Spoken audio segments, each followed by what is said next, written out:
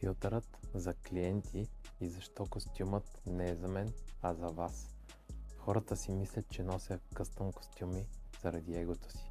Истината е обаче, че ги нося, за да филтрирам клиентите си.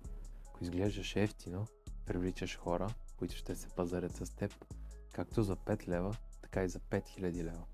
И ще ти загубят няколко дни от времето. Ефтината визия крещи: аз имам нужда от тази сделка, повече от теб. Когато посрещам инвеститора във Вартекс, костюмът ми от Суверен изпраща съвсем друго послание. Аз уважавам твоето време. Аз уважавам и твоите пари. И тук правилата са професионални. Визията ти е първият договор, който вписваш с клиента, още преди да си отвориш устата. Ако искате премиум клиенти, спрете да изглеждате като търговци на дребно. Следващия.